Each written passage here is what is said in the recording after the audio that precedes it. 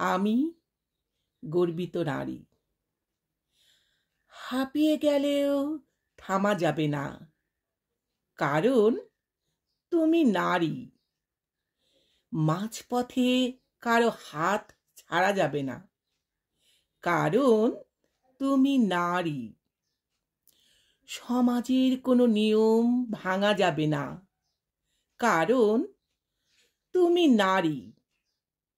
একবারের বেশি ভালোবাসা যাবে না, কারণ তুমি নারী। কষ্ট হলেও কাজ করতে হবে, কারণ তুমি নারী। নিজের ইচ্ছে বিসর্জন দিতে হবে, কারণ তুমি নারী। নিজেকে প্রমাণ করতে হবে, কারণ তুমি নারী।